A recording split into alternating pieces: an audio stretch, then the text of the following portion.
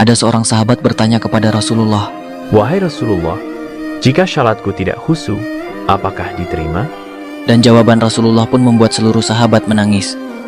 Pada suatu hari di dalam majelis Rasulullah, seorang sahabat duduk dengan wajah penuh kegelisahan. Matanya menunduk, jemarinya saling menggenggam, seolah ada sesuatu yang berat dalam hatinya.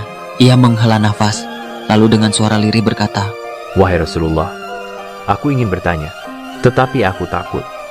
Mungkin pertanyaanku ini akan membuatku semakin malu di hadapan Allah." Rasulullah tersenyum lembut. Tatapan beliau pun penuh dengan kasih sayang.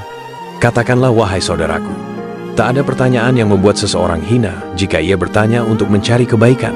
Sahabat itu mengangkat wajahnya. Perlahan wajahnya mulai berkaca-kaca. "Wahai Rasulullah, aku merasa salatku sering tidak khusyuk.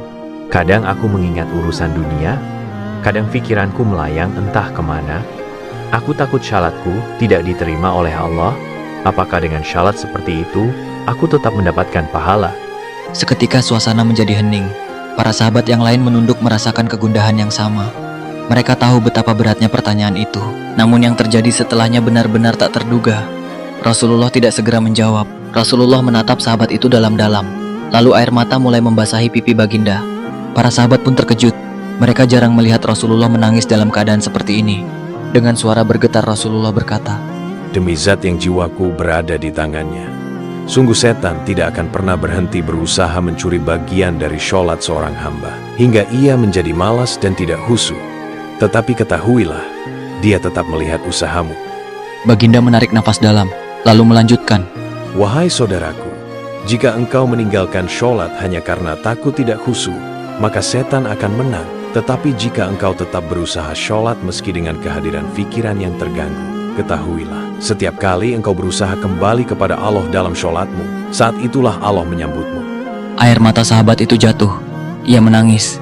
Begitu juga sahabat lainnya. Kemudian Rasulullah berkata, Bayangkan seorang ibu yang melihat anaknya berjalan ke arahnya, tetapi anak itu sering jatuh dan tersandung. Apakah sang ibu akan marah? Tidak. Ia akan berlari menghampirinya, mengangkatnya, dan mendekapnya erat. Begitulah Allah. Ia lebih penyayang dari seorang ibu kepada anaknya. Selama engkau kembali kepada Allah, Ia akan selalu menerimamu. dari hari itu sahabat tak lagi putus asa dalam sholatnya.